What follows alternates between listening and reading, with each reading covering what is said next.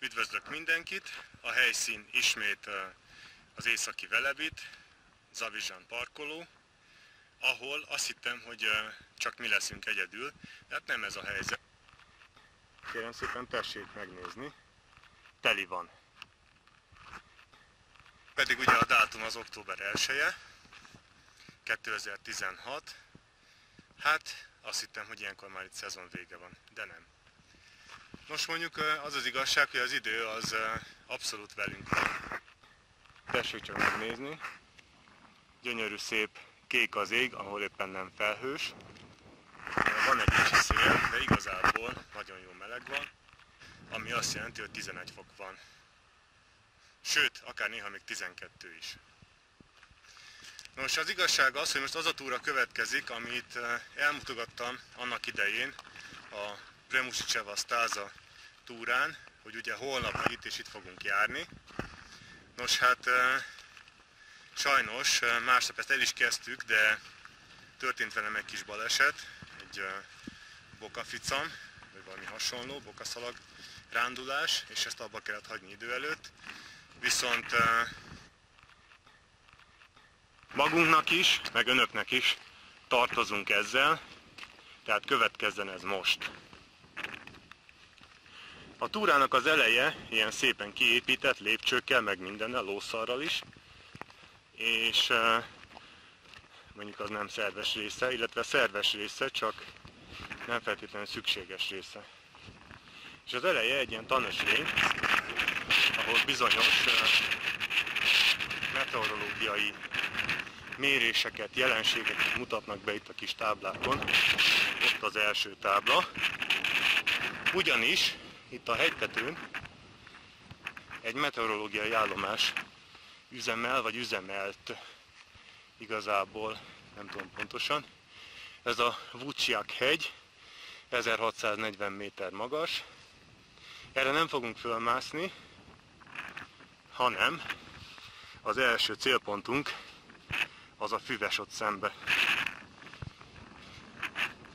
Szóval itt van egy ilyen meteorológiai tanösvény, de az az igazság, hogy igazából nem ezért jöttünk, hanem hegyet mászni, csúcsokat meghódítani, illetve gyönyörű kilátókról gyönyörködni a panorámában.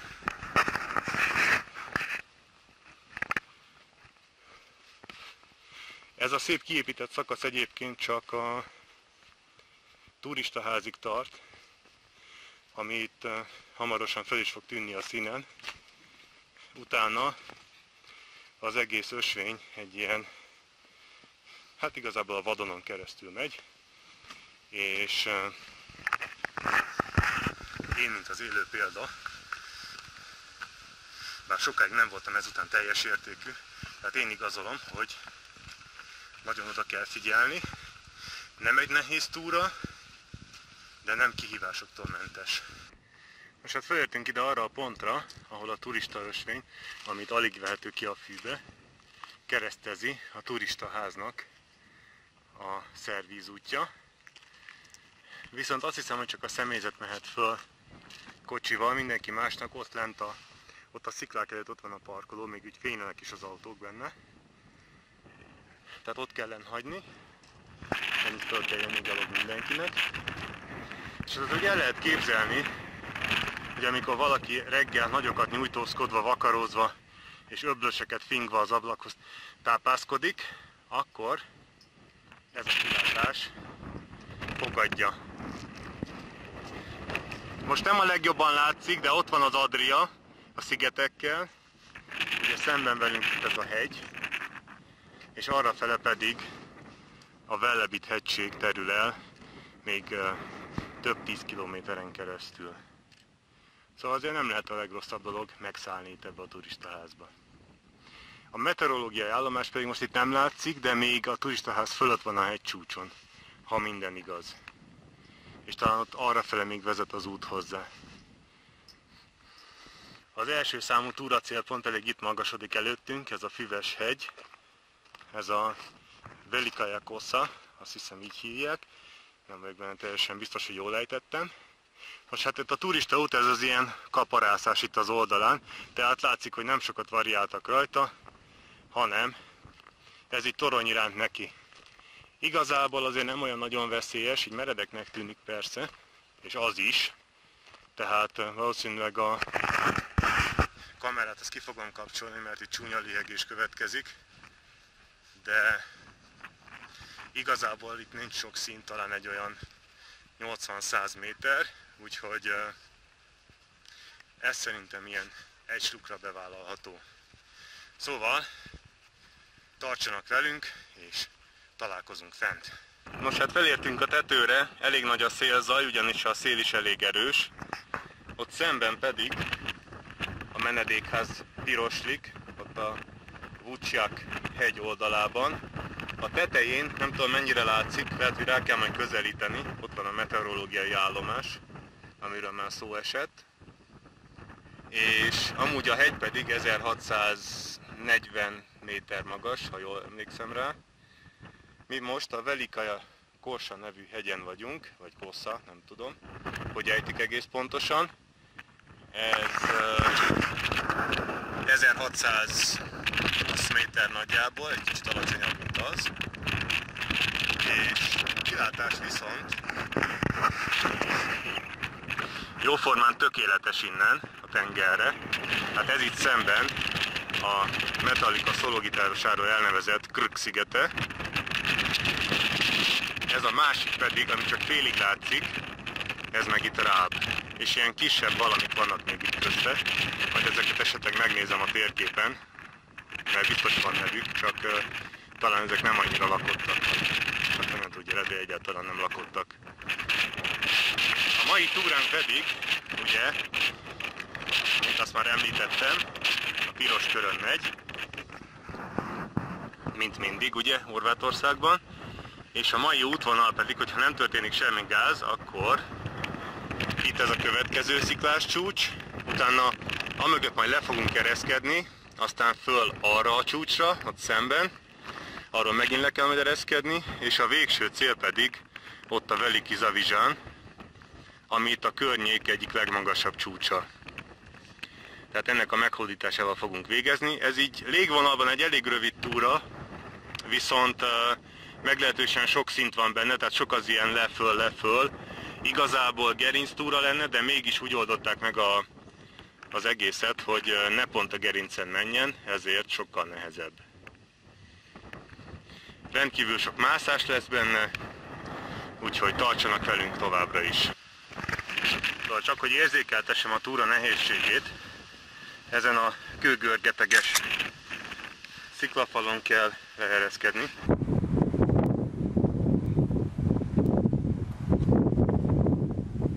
És bizony ezek a kövek nem kicsik, szóval fogás meg nem mindig van rajtuk. És éppen csak hogy elérem az következő darabot.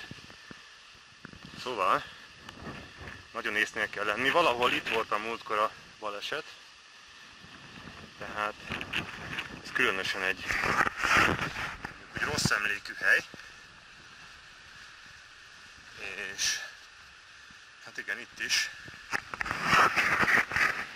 látszik, hogy le kell ereszkedni ebbe a vízmosásszerűségbe. És bizony, a kövek azok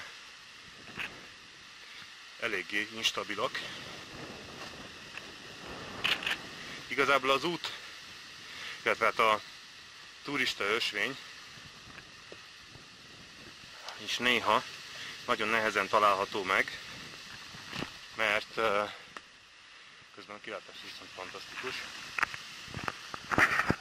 Mert igazán csak a fölfestett jeleket tudjuk követni, tehát semmilyen kiépítés nincs, de mondjuk fogalmazzunk úgy, hogy ez abszolút az ellentéte a plitvicei tökéletesen kiépített lépcső, stb. Hajós, buszos túrának.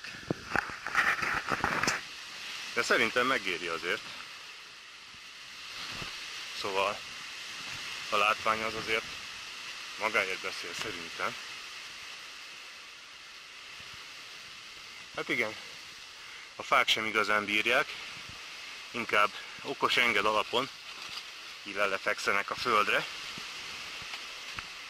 mert bizony itt azért elég sokszor lehet kemény szélvihar.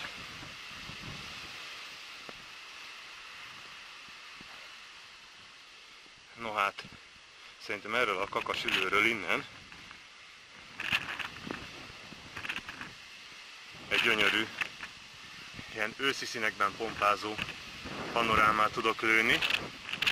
Háttérben az a hosszú sziget, az ott Ráb szigete,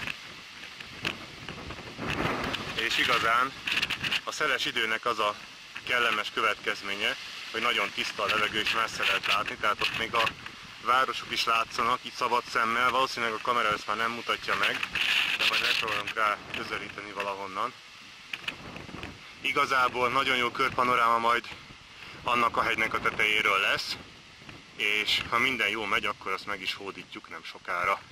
A szélzaj elült, mert leértem egy ilyen satnyácska bükkös mellé, majd viszont már kezd nagyon szépen szint váltani, és talán innen, ebből a perspektívából jobban látszik, hogy azért van mit mászni lefelé, és hát ugyanez majd fölfele is meg lesz. De egyelőre most ilyen viszonylag kényelmesre váltott az ösvény, és kihívásoktól is mentes pillanatnyilag. Két hegy közötti nyerekben vagyunk, ilyen gyönyörű füves, alpesi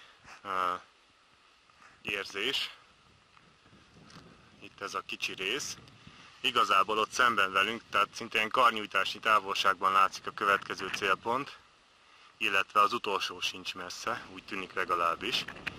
Az út viszont egy kicsit becsapós, mert nem így egyenesen vezet föl, hanem először itt le fog menni a völgybe valahogy, és úgy hátulról közelít majd, ami azt jelenti, hogy egy csomó ereszkedés, utána egy csomó mászás fog majd következni.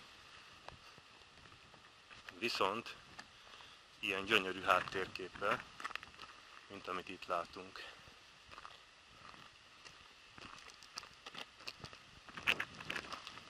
Egyelőre az egész ösvény abszolút néptelen, rajtunk kívül sehol senki, és ez azért hozzátartozik a dolgokhoz, hogy ez bizony medveország, tehát azért nem árt résen lenni, mert nem igazán készültem föl lelkileg, hogy megküzdjek itt a őslakossal. Na hát egy kicsit közelebbi panoráma a szigetekre. Ugye, mint már azt mondottam, az ott Krk, az a nagy kopasz, de igazából az nem csak ez a nagy kopasz, hanem még ott mögötte is az a rész, az mind a sziget. Ott egész a felhők aljáig terjed. Ez a két kicsi, és az meg Ráb. Egy hatalmas dolina mellett haladunk el, aminek a szemközti sziklafalai fehérlenek a közelben igazából. És fokozatosan, ahogy így csökken lefele, a hegyútok magassága a tenger felé, az látszik, illetve egyre kevesebb rajtuk az erdő. Sajnos a szél felőli oldalon megyünk, ezért valószínűleg, amíg az erdőbe be nem érünk, addig szélzaj lesz a filmen, majd ezen valahogyan megpróbálunk segíteni. Most aki kezd ilyen vadabb lenni a vidék, olyan inkább Romániára emlékeztető, egész pontosan a Bihar-hegységre.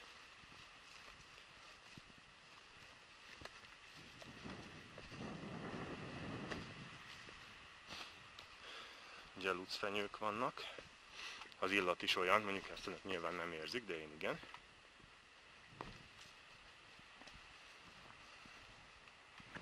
És hát ezek a sziklakibúvások is egy picit hasonlítanak, csak itt valamivel több van.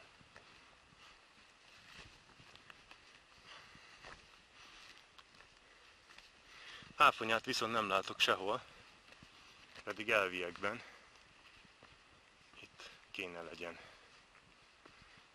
Viszont ha nincs áfonya, talán tányértalpú koma sem itt tanyázik valahol a közelben.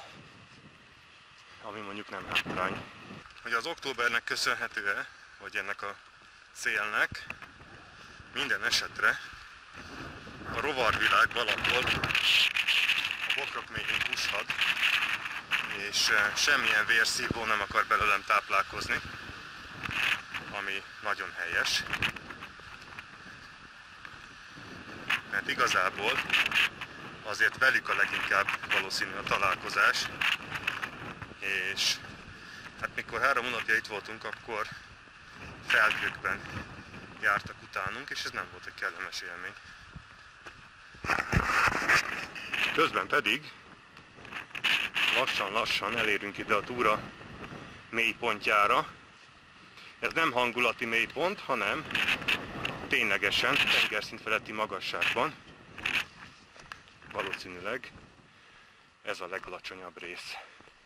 Ez a kis tisztás rajta ezzel a UFO állvánnyal, ami persze természetesen valamilyen meteorológiai mérőeszköz.